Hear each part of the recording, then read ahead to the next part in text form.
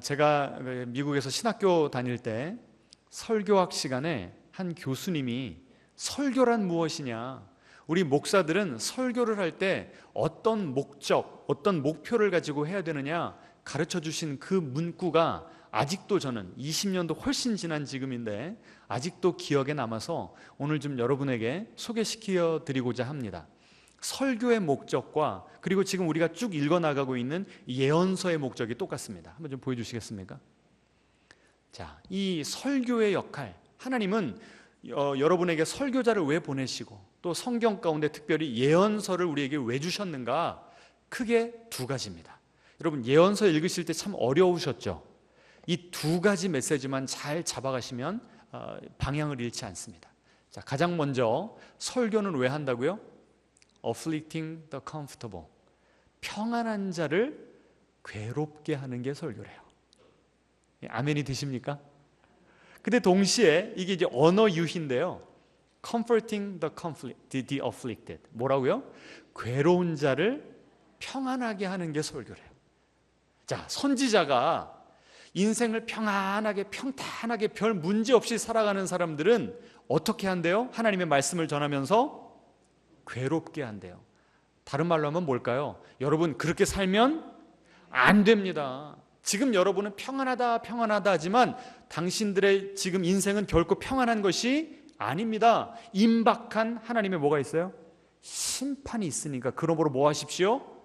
회개하고 하나님께로 돌아오십시오. 엄중한 경고의 메시지, 심판의 메시지를 하는 것입니다.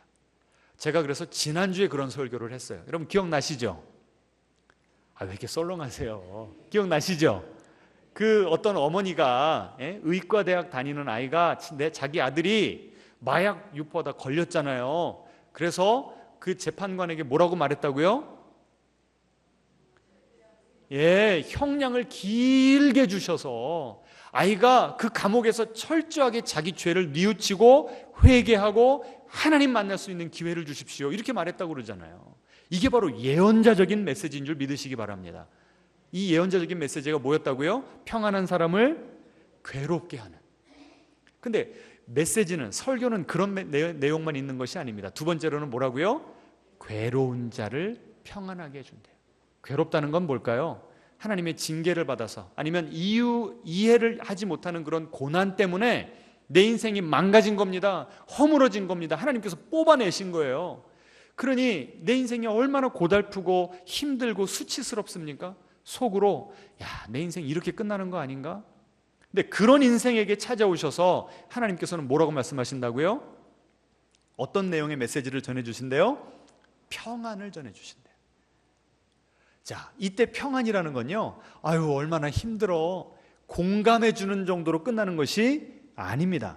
제가 지난주에 암송하자고 저희 여러분에게 드렸던 그 구절 기억나십니까? 예레미야 29장. 너희들을 향한 나의 생각을 내가 안 하니 뭐라고요? 평안이요 재앙이 아니니라.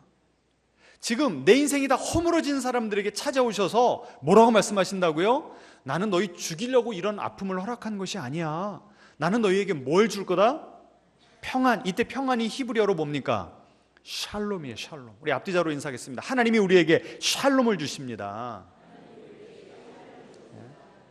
이 어떤 장로님이, 제가 전에 말씀드렸는데 어떤 장로님이 이 전도 대상자가 있어요. 사업하는 사람인데 늘 통화할 때마다 마지막에 샬롬 샬롬 하고 끝냈대요. 근데 이분이 사업이 망한 거예요. 부도가 난 거예요. 근데 이분이 마지막에 목숨을 끊으려다가 그 장로님이 맨날 이 전화통에서 전화를 할 때마다 마지막에 해주셨던 그 말이 생각나더랍니다. 살롬 살롬. 나는 죽으면 안 되는 살롬이구나. 하나님이 우리에게 뭐라고 말씀하신다고요? 너는 죽을 놈이 아니라 살롬이라고 말씀하신다고요. 앞뒤자로 다시 한번 인사하겠습니다. 샬롬. 자, 아까 그 예레미야 29장이 어떻게 또 계속 이어지죠? 너희에게 뭘 준다고요? 하나님이 미래와 희망을 준다고 그랬어요. 이것이 바로 인생이 무너져서 괴로운 가운데 있는 사람들에게 하나님께서 주시는 평안의 말씀입니다. 자, 다시 한번 정리해 볼까요? 설교는 왜 한다고요? 하나님께서 이 예언서를 왜 주셨다고요? 평안한 자는 괴롭히고 괴로움 가운데 있는 자는 평안한 위로의 메시지를, 소망의 메시지를 주신다고요. 자, 지금 여러분은 평안하세요? 괴로우세요? 자, 이 두 가지 메시지 다요, 이 설교자들이, 예언자들이 왜 환영을 받지 못하고 핍박을 받았나, 그 이유가 그 메시지에 나옵니다. 다시 한번 보여주시겠습니까? 보세요. 내가 지금 내 인생이 평탄합니다. 내 스스로 느끼기에. 그러면 당신 그렇게 살면 안 됩니다. 심판이 당신을 기다리고 있습니다. 이 말 듣기 쉬워요, 어려워요? 듣기 좋아요, 싫어요? 듣기 싫죠. 게다가 내 인생이 망가져 있는데 하나님이 당신에게 새로운 미래, 놀라운 미래를 약속하십니다. 믿어져요, 안 믿어져요? 안 믿어지는 거예요. 그래서 오늘 우리에게 중요한 건 무엇인가 하면 마음을 겸손하게 하는 겁니다. 하나님께 마음을 활짝 열고, 주님, 정말 저에게 필요한 메시지를 주실 때 제가 받아들이겠습니다. 우리 하나님은요, 항상 한 스텝 앞서서 우리 인생을 바라보시는 거예요. 지금은 평탄해도 내가 이렇게 하나님 떠나서 살고 있으면 하나님은 우리에게 뭘 주실 수밖에 없어요? 괴로움을 주실 수밖에 없는 거예요. 왜요? 우리를 미워하셔서요? 우리 살리시려고. 그런데 우리가 지금 괴로움 가운데 있어요. 그런데 한참만 더 내다보면 하나님은 우리에게 뭘 준비하고 계세요? 축복과 평안과 회복을 준비하고 계세요. 그런데 지금 당장은 내 어려운 환경이 더 크게 보입니까? 하나님이 더 크게 보입니까? 내 환경이. 그러니까 평안을 하나님께서 약속하시는데도 아멘이 아니라 노멘할 때가 있다는 거예요. 그래서 우리가 필요한 건 뭡니까? 하나님께서 우리에게 말씀하실 때는 어떤 메시지건, 평안의 메시지건 괴롭히는 메시지건 어떻게 해야 된다고요? 겸손한 마음으로 아멘 하고 받아야 되는 줄로 믿습니다. 자, 그래서 지난주에는 평안한 분들에게 괴롭히는 메시지를 했기 때문에 오늘은 어떤 메시지일까요? 괴로운 분들에게 평안함을 선포하는 그런 메시지를 할 테니까요, 편안하게 들으시고, 일주일 내내 너무 피곤하고 더위 때문에 지치셨던 분들은 시원한 에어컨 쐬시면서 주무셔도 되겠습니다. 나중에 유튜브 통해서 다시 들으시기 바랍니다. 자, 오늘 본문 예레미야 32장은요 2절에 어떤 내용이 나오냐면, 지금 그 당시 최강대국 바벨론이 예루살렘을 포위했다고 나옵니다. 예레미야를 통해서 하나님께서 너희 나에게 돌아오지 않으면 망해, 심판받아, 그렇게 말했는데도 이스라엘이 들어요, 안 들어요?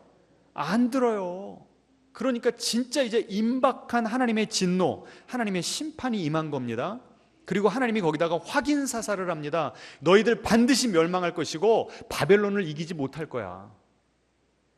그런데요, 갑자기 뜬금없이 예레미야에게 야, 너 저 부동산 사라.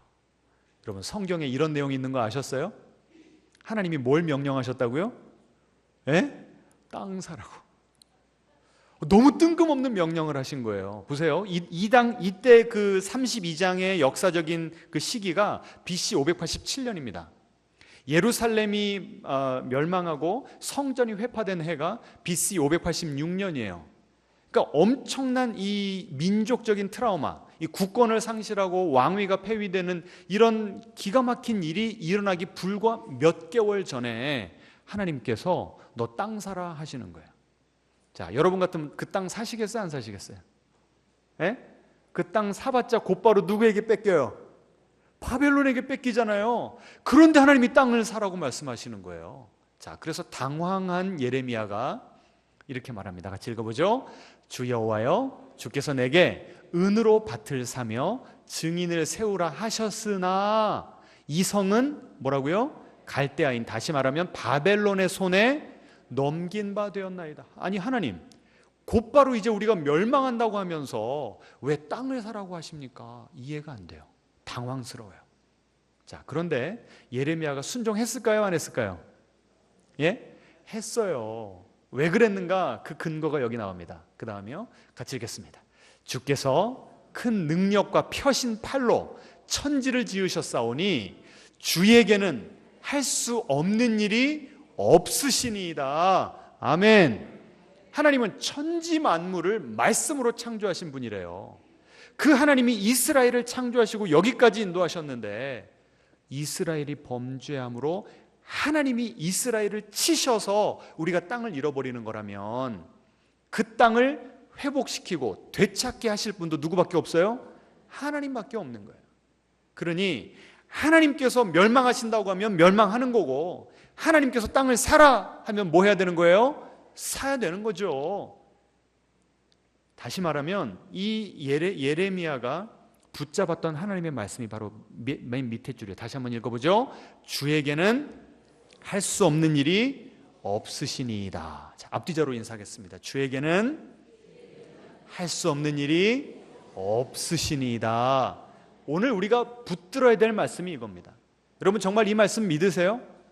정말 하나님이 여러분을 창조하셨고 여러분의 가정을 책임지고 계시고 운행하고 계심을 믿으십니까? 정말요? 지금 이 말씀은 언제 선포된 말씀이라고요? 바벨론이 예루살렘을 포위해서 이제 곧 예루살렘이 철저하게 멸망당하고 왕족들, 귀족들, 엘리트들을 다 바벨론으로 끌고 가버리는 나라가 망하는 상황 가운데 하나님께서 주신 말씀이라니까요. 아까 하나님이 누구에게 평안이라고 하는 메시지를 주신다고요? 괴로운 자들에게, 모든 소망이 끊어진 자들에게 하나님께서는 이렇게 믿기 어려운 소망의 메시지를 주십니다. 여러분 오늘 우리 가운데 이 말씀 들어야 될 분들 계십니까? 안 계십니까? 예? 지금 사방을 봐도 사면초가고 가능성은 없어 보이고 내가 할 수 있는 것도 없어 보여서 그냥 주저앉아 있는데 주일날 안 오면 일주일이 찝찝하니까 할 수 없이 여기 앉아 계신 분들 혹시 계십니까? 오늘 하나님께서 말씀하십니다. 내가 너에게 미래와 희망을 준다. 나에게는 능치 못함이 없다. 이 예레미야가 이런 고백을 하니까요, 하나님이 너무 좋아하시는 거예요. 그래서 이렇게 말씀하십니다. 같이 읽죠. 나는 여호와여 모든 육체의 하나님이라 내게 할 수 없는 일이 있겠느냐. 이거야말로 rhetorical question이라고 하죠. 하나님이 할 수 없는 일이 있다 없다? 없다는 거예요. 그러면서 하나님께서 축복의 말씀을 예언하십니다. 참 우리 하나님이 지금 평탄한 자들에게는 어떤 메시지를 전하신다고요? 너 그렇게 살면 망해. 그런데 이제는 멸망을 앞두고 있는 사람에게는 어떤 메시지를 전하신다고요? 야, 내가 너 살릴 거야. 내가 너 회복시킬 거야. 너 걱정할 것 아무것도 없어. 그러면서 축복의 말씀을 전하십니다. 계속 같이 읽겠습니다. 내가 노여움과 분함과 큰 분노로 그들을 쫓아보내었던 모든 지방에서 그들 이스라엘 백성들을 모아들여서 이곳은 어디예요?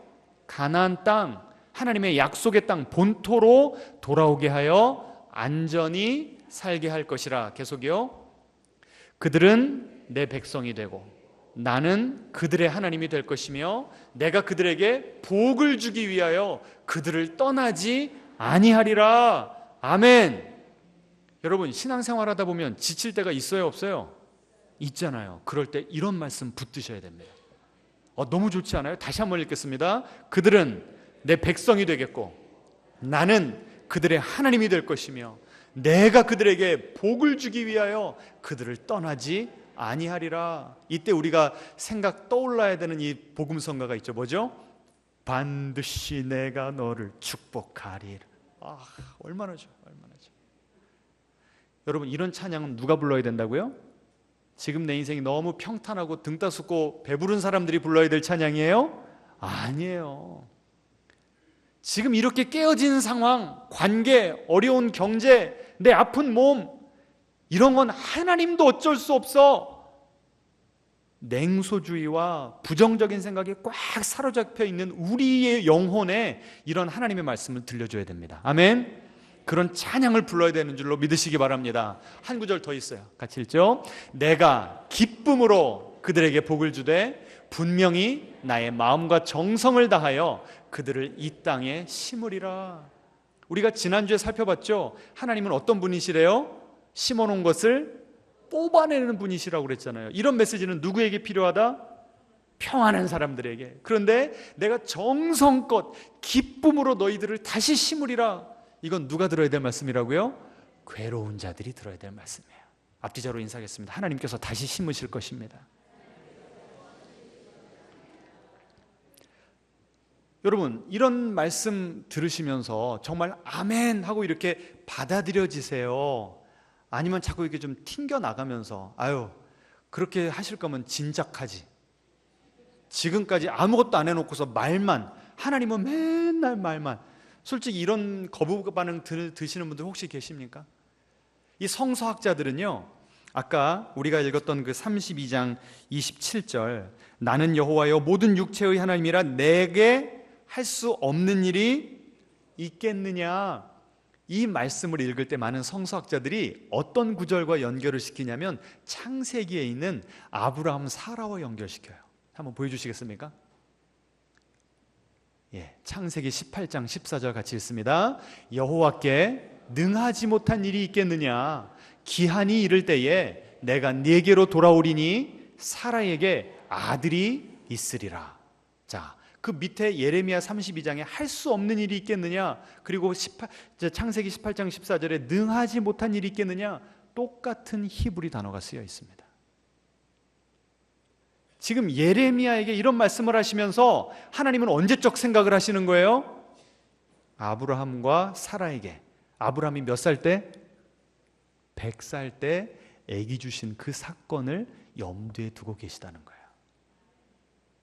여러분, 아브라함에게 99세 때 찾아오셨어요.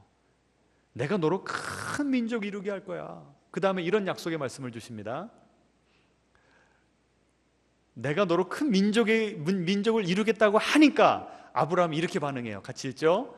아브라함이 엎드려 웃으며 마음속으로 이르되 100세 된 사람이 어찌 자식을 낳을까? 사라는 90세니 어찌 출산하리요. 여러분, 왜 아브라함이 엎드려 웃었다 이렇게 나올까요? 대놓고 웃을 수는 없잖아요. 하도 말이 안 되는 소리를 하시니까. 그래서 어떻게 했다고요? 고개를 숙여가지고 속으로 크크크 했다는 거예요. 여러분, 이거는 정말 기뻐서 웃는 겁니까? 이런 웃음을 무슨 웃음이라고 그래요? 비웃음이라고 하죠. 지금 아브라함의 마음 가운데는 뭐가 가득 찼어요? 냉소주의로 가득 찼어요. 이런 상황, 이 99세 된 몸은 누구도 하나님도 되살릴 수 없어. 지금 내 아내가 경수가 끊어진 지가 몇 년인데 어떻게 아기를 낳아? 하나님, 말이 되는 소리를 하셔. 찾아오셔도 너무 늦게 찾아오셨어.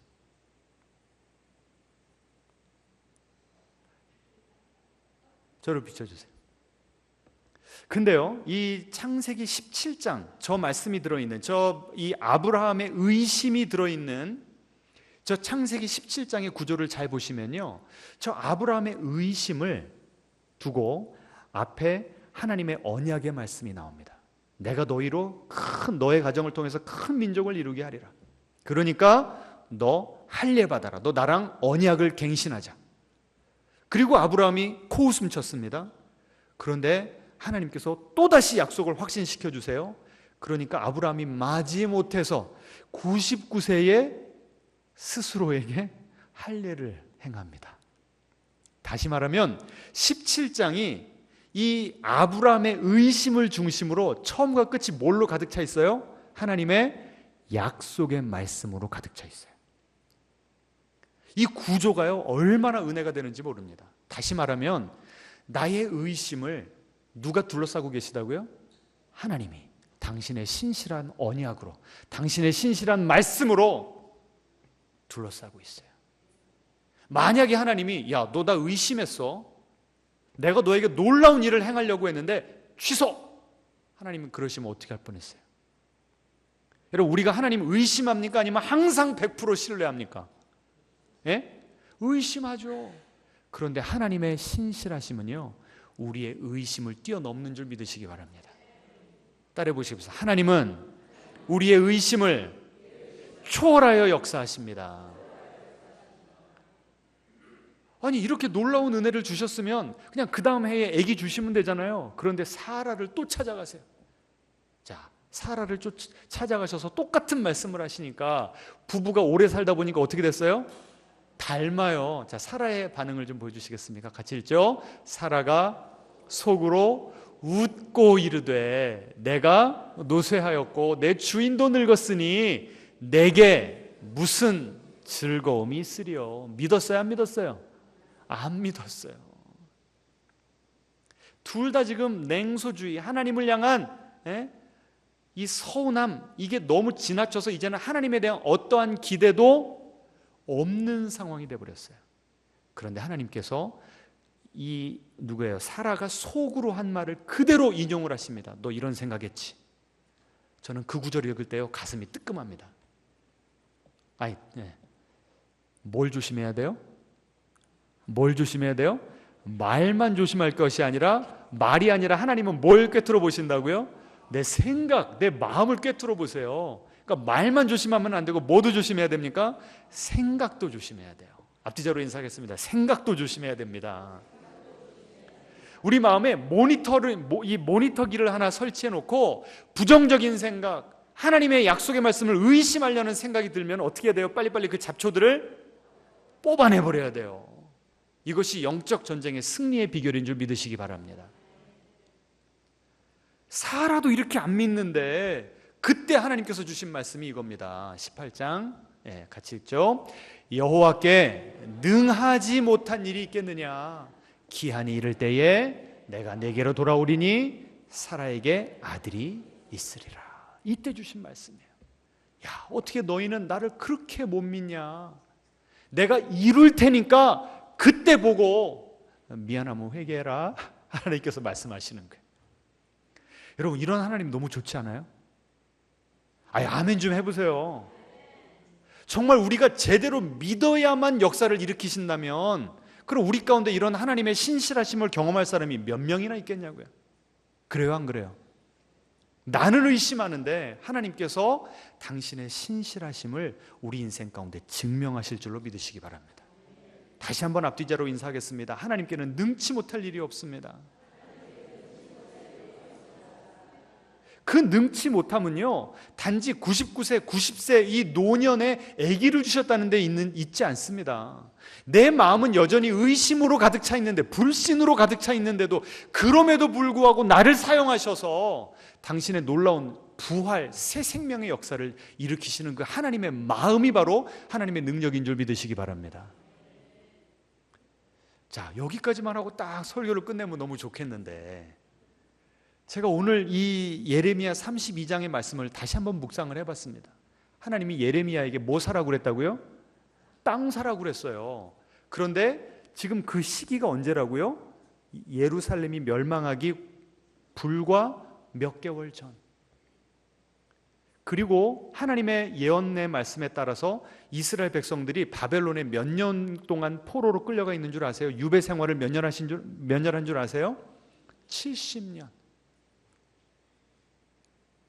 여러분, 70년 기다릴 수 있으세요?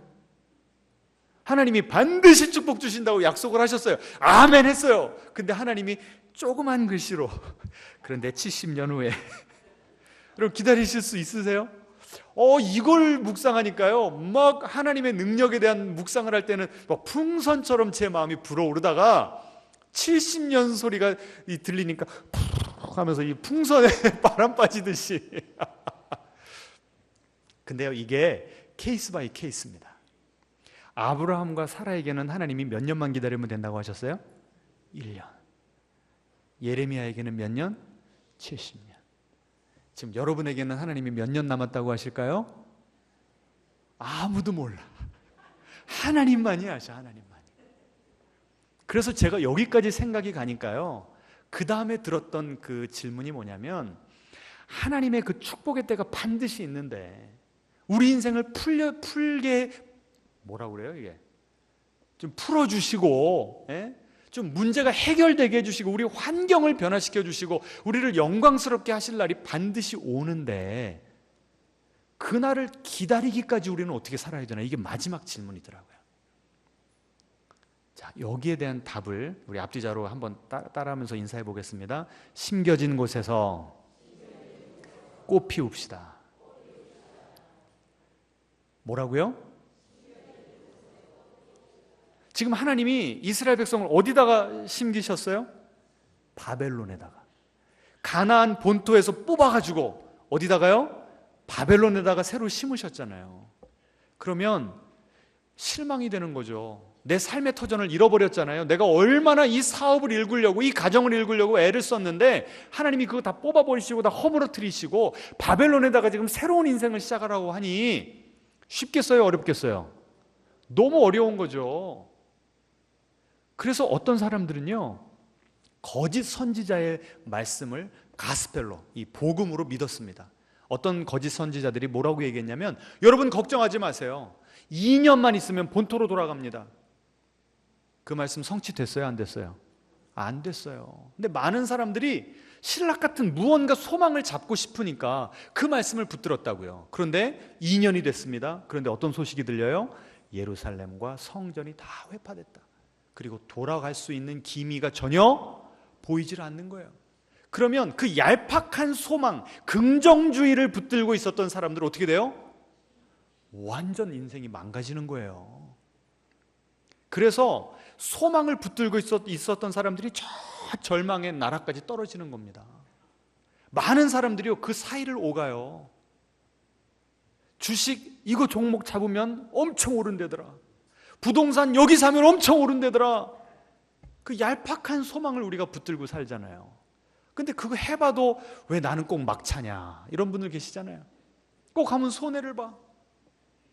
그러니까 어떻게 돼요? 나는 안 되는갑다 하면서 저 밑에까지. 그런데 하나님은요, 제3의 길을 걸어가라고 하십니다. 뭐라고 말씀하시냐면, 너희들 여기 몇 년 머물 거다? 70년. 그래서 예레미야 29장에는 이런 말씀이 나옵니다. 같이 읽죠. 5절 6절. 너희는 집을 짓고 거기가 어디예요? 바벨론에 살며 텃밭을 만들고 그 열매를 먹으라. 아내를 맞이하여 자녀를 낳으며 너희가 거기에서 번성하고 줄어들지 아니하게 하라. 6절. 너희는 내가 사로잡혀 가게 한 그 성읍의 평안을 구하고 그를 위하여 여호와께 기도하라. 이게 바로 딱 줄이면 뭐라고요? 심겨진 곳에서 꽃 피우라는 거예요. 그 하나님의 회복의 때가 언제인지는 아무도 몰라요. 하지만 그날은 반드시 옵니다. 그런데 그날을 기다릴 때까지 내가 현실을 부인하지 말고 지금 여기를 충실하게 살아내라는 거예요. 여러분, 만약에 정말 2년 만에 돌아간다고 하면 바벨론에서 내가 제대로 살아갈 필요가 있어요? 없어요? 짐 보따리 싸갖고 온 거 풀을 필요가 있어요? 없어요? 2년만 버텼다가 빨리 돌아가면 되는데, 그런데 몇 년을 살아야 된다고요? 그러니 이제는 거기서 어떻게 됩니까? 텃밭도 일구어야 되고 결혼도 해서 자식도 낳아야 되고 제대로 된 삶을 살아내야 되잖아요. 여러분, 우리가 많은 분들이요, 내 현실을 부인하면서 살아갑니다. 야, 내가 그때 그 잘못된 결정 때문에 내가 그 인간 만나가지고 내가 지금 이 생고생을 하네. 원래 나는 이런 인생을 살 사람이 아니야. 이러면서 내 가정도, 내 일터도, 어떻게 일터에서는 내 진가를 이렇게 못 알아봐? 억울하다 하면서 하나님께서 나에게 주신 인생을 충실하게 살아내지 못할 때가 얼마나 많냐고요. 하나님이 안타깝게 여기십니다. 지금 여기에서의 삶을 하나님 사랑하고 이웃 사랑하고 하나님께서 나에게 주신 그 사명을 충실히 감당하면서 살아갈 때에 하나님의 회복의 때, 축복의 때는 반드시 옴을 믿으시기 바랍니다. 보세요, 예레미야 땅을 샀는데 그 땅을 몇 년 후에나 이제 사고 팔 수 있는 회복의 때가 이루어진대요. 70년. 이미 그 땅을 샀을 때 예레미야는 인생의 후반을 살고 있었어요. 다시 말하면 뭡니까? 그 땅을 다시 누구에게 파는 거는 자기가 할 수 있는 것이 아니라 누가 해야 돼요? 자식이 해야죠. 그럼에도 불구하고 그 땅을 샀습니다. 왜 그래요? 내 자녀에게 하나님의 신실하심을 붙들고 살아가는 신앙을 물려주는 겁니다. 여러분, 이거 중요해요, 안 중요해요? 어떤 분들은요, 정말 1년, 2년 있으면 놀라운 변화를 보게 하실 거라니까요. 지금 당장은 안 믿어져도. 저희 어머니, 아버지, 저희 3살짜리 저희 누나, 미네 누나, 저는 만난 적도 없습니다. 잃어버렸잖아요. 관악산 기슭기에 묻었잖아요. 그 가슴 찢어지는 경험을 할 때에 이렇게 잘난 아들 나올 줄 알았어요? 몰랐어요? 그 관악산 기슭에다 자녀를 묻었는데 그 관악산에 있는 대학교를 제가 들어갈 줄 아셨어요? 모르셨어요? 하나님은 그날을 반드시 오게 하신다니까요. 근데 어떤 분들에게는 그 내 생에 내 숨이 붙어있는 동안에 그런 놀라운 역사를 보여주실 때도 있어요. 그런데 어떤 분들은 그 놀라운 역사가 언제 경험되어져요? 내 당대가 아니라 내 자녀 자자손손 가운데 이루어지게 하실 때가 있다는 거예요. 그러면 우리는 그거를 어디서 보게 될까요? 어디서 보게 돼요? 영원한 하나님 나라에서 보면서 하나님 찬양하는 거예요. 와, 하나님, 내 인생 이렇게 어두웠던 흑암으로 짙었던 인생을 이렇게 밝게 막 바꿔주시네. 텅 비었던 공허한 인생을 주님의 축복으로 내 자자손손의 인생 가운데 이렇게 놀랍게 채워주시네. 그때야 비로소 우리가 진정한 찬양하면서 덩실덩실 춤을 추게 될 날이 하루하루 다가오고 있습니다. 제가 오늘 이 설교를 준비하면서요, 찬양 한 곡을 저도 나온 지는 꽤 됐지만 새로 알게 됐는데 그 찬양 가사를 불러드리겠습니다. 우리 함께 부를 건데요. 기도를 멈추지 마라. 눈앞의 상황이 마음을 눌러도 원망치 마라. 너의 입을 지켜라. 저들은 너의 입을 보고 있다. 저들은 누굴까요? 사단 마귀죠. 하나님만 우리의 생각과 우리의 입술의 고백을 들으시는 것이 아니라 누구도? 사단 마귀도 듣고 있다는 거예요. 마음을 뺏기지 마라. 내가 너를 도우지 않는다는 소리에 마음을 뺏기지 말래요. 하나님은 나를 도우지 않으셔. 내 인생은 이렇게 끝나. 이건 누가 주는 생각이라고요? 사단 마귀가 주는 생각이래요. 너의 모든 게 불리해도 너는 기도를 계속하라. 너의 기도를 멈추지 마라. 왜요? 왜 우리는 기도를 멈추면 안 됩니까? 내가 너의 그 모든 상황을 바로 역전시키리니. 저는 이 가사가 너무 좋은 거예요. 앞지자로 인사하겠습니다. 하나님은 반드시 우리 인생을 역전시키실 것입니다. 너 기도를 멈추지 말라. 내가 잠시도 쉬지 않고 모든 걸 지켜보고 있으니 바로 역전되리라. 이 하나님 만나고 하루하루를 승리하며 기쁨 가운데 살아가는 여러분 되시기를 주님의 이름으로 축원합니다. 함께 이 찬양하겠습니다.